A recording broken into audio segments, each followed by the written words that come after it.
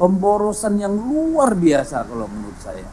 Entah kapan kita mau selesaikan.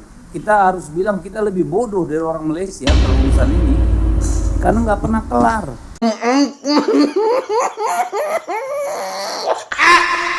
Yo, what's up, Re? Assalamualaikum warahmatullahi wabarakatuh. Hai, Re. Jumpa lagi ada saya di sini, Wak Lonjong. Salam Lonjong. Hiya. Apa kabar kawan-kawan? Semoga semua dalam kondisi yang sehat, Re, ya. Amin ya robbal alamin. Oke, guys, beberapa hari yang lalu saya sempat mengulas ada satu video yang cukup menarik, perbedaan antara eKTP dengan IC yang ada di Malaysia atau MyCard ya. Jadi eKTP versi Indonesia dan juga MyCard versi Malaysia. Nah, ini videonya guys ya. Nah, dari situ geng, akhirnya tidak saya saja yang mengulas, tapi ramai sekali, banyak sekali akun-akun yang mengulas hal yang serupa guys ya. Nah, salah satu contohnya adalah ini guys. Nah, Oke. Jadi, geng, beberapa pakar yang ada di Indonesia mengungkapkan alasan eKTP RI atau Republik Indonesia dinilai tidak secanggih MyCard Malaysia.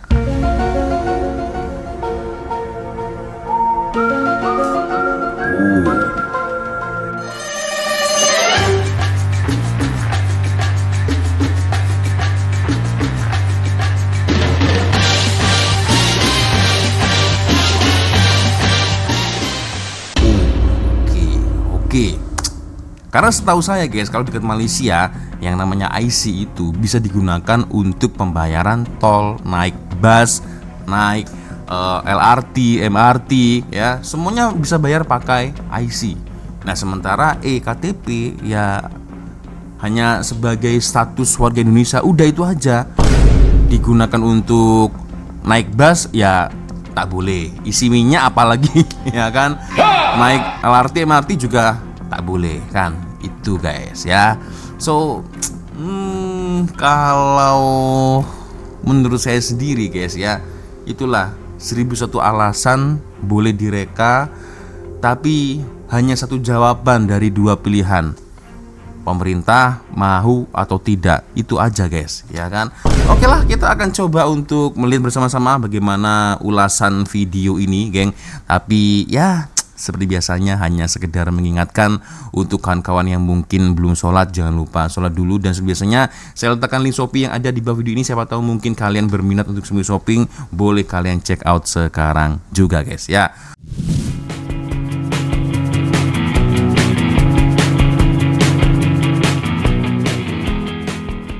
Oke, kita akan coba nonton bersama-sama guys seperti apa videonya.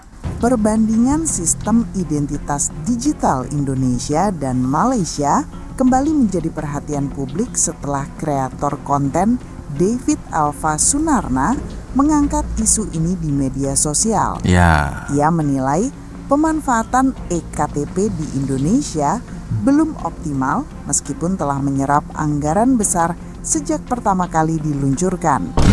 Dalam sorotannya, sistem MyCard di Malaysia dinilai jauh lebih maju karena telah terintegrasi dengan berbagai layanan penting, termasuk distribusi subsidi BBM, sehingga manfaatnya langsung dirasakan masyarakat. Sebaliknya, eKTP di Indonesia masih terbatas pada kebutuhan administratif seperti fotokopi dokumen, padahal sudah dilengkapi teknologi chip dan data biometrik. Nah, sorotan serupa juga datang dari parlemen. Ketua Komisi 2 DPR RI, Muhammad Rifki Nizami Karsayuda, menilai sistem administrasi kependudukan Indonesia masih tertinggal dibandingkan Malaysia. Kenapa saya gambarkan Malaysia ini kan dekat sama kita dan negaranya 10 tahun merdeka belakangan daripada kita. Itu ujarnya dalam rapat di DPR, dikutip dari kompas.com Senin 20 April 2026. Ia bahkan mengingat pengalaman pribadinya saat berada di Malaysia pada 2007 hingga 2009 ketika masyarakat cukup menggunakan nomor kartu identitas untuk berbagai keperluan tanpa dokumen tambahan. Lantas mengapa Indonesia tak seperti Malaysia dalam penerapan KTP elektronik yang tidak terintegrasi dengan layanan penting? Pakar keamanan siber Alphonse Tanujaya menilai bahwa membandingkan Indonesia dengan Malaysia dalam hal integrasi identitas digital perlu kehati-hatian. Ia menekankan bahwa cara pandang yang menyederhanakan persoalan justru menyesatkan. Sebelum membandingkan Malaysia dengan Indonesia, kita perlu luruskan framing yang salah dan kompleksitas masalah. Kalau Malaysia bisa, Indonesia belum, itu terlalu menyederhanakan, ujarnya saat dimintai keterangan Kompas.com Rabu 22 April 2026. Menurutnya, Malaysia mengelola sekitar 33 juta data warga melalui sistem administrasi yang terpusat dengan dukungan chip standar Multos.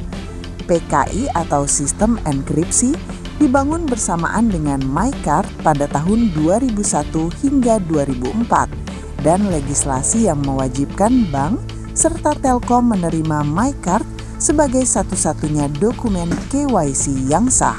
Jelasnya, dari sisi skala, Indonesia menghadapi tantangan jauh lebih besar dibanding Malaysia. Skala Indonesia 8 kali lipat Malaysia dengan kompleksitas 10 kali lipat. Selalu Katanya, begitu alasannya. Dia juga menambahkan bahwa kondisi geografis Indonesia yang terdiri dari ribuan pulau menjadikan perbandingan teknis menjadi tidak adil. Jadi alasannya selalu dengan skrip yang sama, ya. Ya intinya adalah, kalau yang saya tangkap ya di menit ini, intinya ya jangan banding-bandingin antara Malaysia dan Indonesia. Masalah Indonesia lebih kompleks lagi, karena apa? Wilayahnya lebih luas, sementara Malaysia kan lebih kecil. Mudah ditangani kalau Malaysia. Kalau Indonesia jauh lebih besar, jauh lebih luas, 8 kali lebih susah, lebih lebih menantang, lebih mencabar daripada yang ada di Malaysia.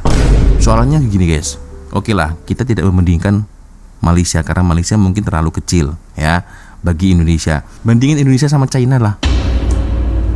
Sekarang lebih canggih mana antara China dan Indonesia?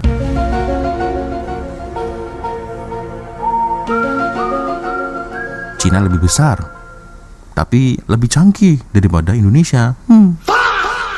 Itu. Oke, kita lanjut lagi. Alphonse menjelaskan bahwa kesalahpahaman terbesar terletak pada fungsi chip eKTP itu sendiri. Ia menegaskan bahwa chip tersebut bukan dirancang untuk transaksi atau autentikasi aktif. Ia hanya dirancang untuk menyimpan data biometrik statis, ujarnya. Lebih lanjut, ia menyebut keterbatasan kemampuan kriptografi menjadi masalah utama. Artinya tidak ada kemampuan digital signature, tidak ada mekanisme challenge response yang sangat dibutuhkan untuk autentikasi aman, tambahnya. Masalah lain muncul dari ketidakkonsistenan spesifikasi chip antar batch produksi. Hal ini terjadi karena penggunaan vendor berbeda dengan firmware yang tidak seragam. Tidak ada SDK standar yang bisa dipakai pengembang untuk membaca chip dari semua batch, jelasnya. Selain itu, distribusi infrastruktur pembaca chip juga belum merata dan banyak yang tidak berfungsi optimal. Tidak ada back-end API terpusat yang memungkinkan pembacaan chip divalidasi secara real-time ke SIAC, katanya. Ia membandingkan kondisi ini dengan sistem Multos di Malaysia yang sejak awal dirancang sebagai platform multi-aplikasi. Satu chip bisa menjalankan aplikasi identitas nasional, SIM, kesehatan, e-money, dan digital signature secara simultan dan aman, ungkapnya. Oleh karena itu, menurutnya, tidak ada solusi instan untuk mengaktifkan chip eKTP yang ada saat ini. Yang realistis adalah membangun layer digital di atas NIK, bukan chip, ujarnya. Dalam konteks keamanan, Alphonse melihat persoalan bukan karena kurangnya perhatian, melainkan koordinasi yang lemah. Ia menilai tiap lembaga berjalan sendiri-sendiri dengan standar berbeda.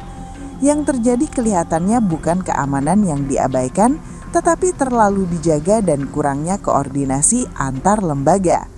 Ia Oke. mencontohkan bagaimana lembaga seperti OJK, BI, BPJS, dan Komdigi membangun silo data masing-masing.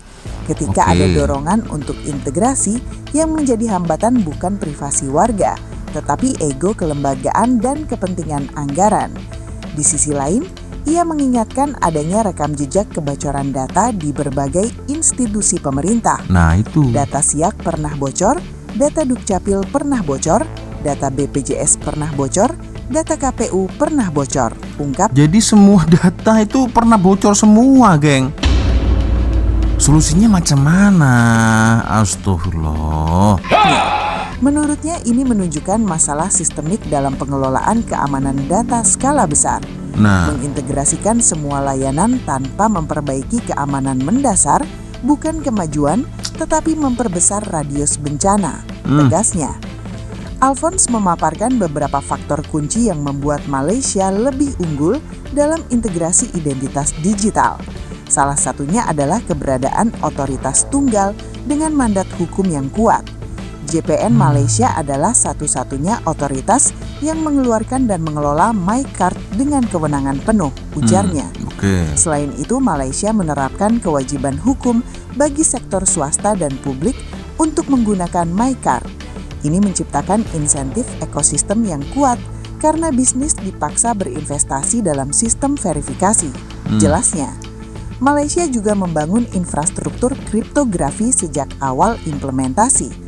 PKI menjadi tulang punggung autentikasi MyKad dan memungkinkan digital signature serta autentikasi dua arah, katanya. Ia kembali menekankan faktor skala dan kesiapan sumber daya manusia sebagai pembeda utama. Kapasitas birokrasi dan kualitas SDM digital Malaysia lebih siap dibandingkan Indonesia, ujarnya. Menurut Alphonse, kendala terbesar bukan semata teknologi atau regulasi, melainkan koordinasi lintas sektor.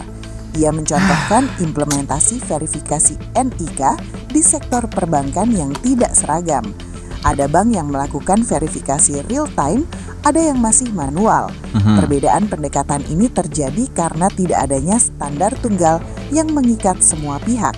Ada yang Oke. langsung integrasi ke SIAK, ada yang lewat agregator pihak ketiga tanpa standar keamanan yang jelas, katanya. Kondisi ini diperparah oleh ketiadaan otoritas yang memiliki kewenangan lintas sektor. Untuk mendorong integrasi, Alphonse mengusulkan beberapa langkah strategis yang perlu segera dilakukan pemerintah. Ia menekankan pentingnya standarisasi sistem sebagai fondasi utama. Standarisasi API SIAK harus diwajibkan dan semua harus menggunakan standar teknis yang sama. Ia juga menyoroti pentingnya menghadirkan manfaat nyata bagi masyarakat melalui aplikasi identitas kependudukan digital. IKD harus benar-benar berguna, misalnya integrasi BPJS, NPWP, hingga berpanjangan SIM dan STNK, jelasnya. Dalam hal teknologi, ia menyarankan penggunaan chip baru dengan kemampuan kriptografi untuk penerbitan ke depan. Tidak perlu ganti massal, tetapi chip baru harus PKI capable dan punya manfaat tambahan seperti e-money, katanya.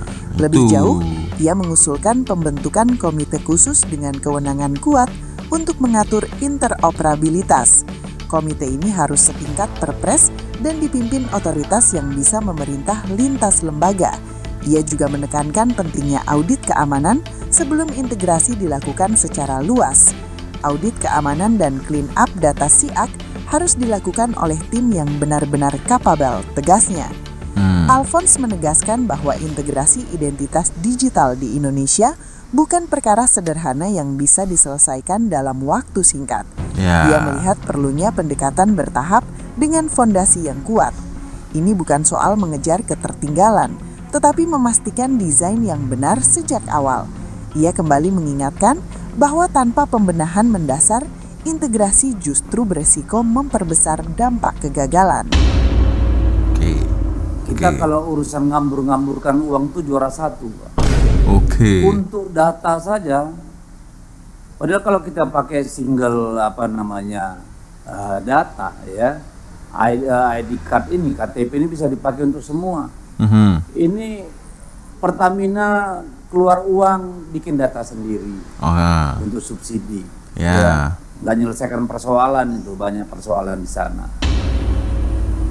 KPU keluarkan uang untuk data pemilih. Triliun-triliun nih semua urusannya ini. Ya.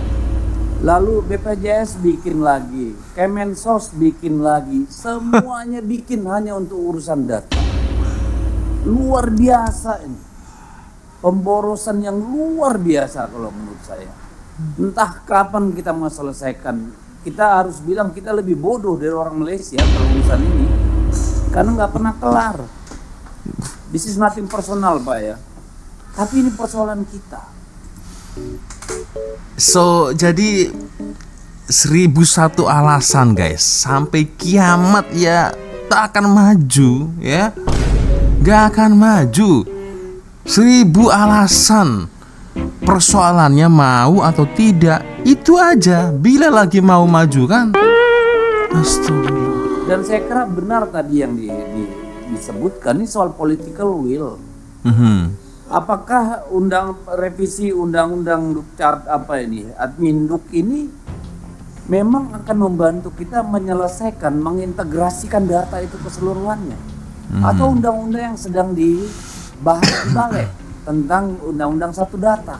Nah, karena bukan kekurangan, kelebihan kita di negara ini dalam urusan pemerintahan adalah semua hanya mikir urusannya.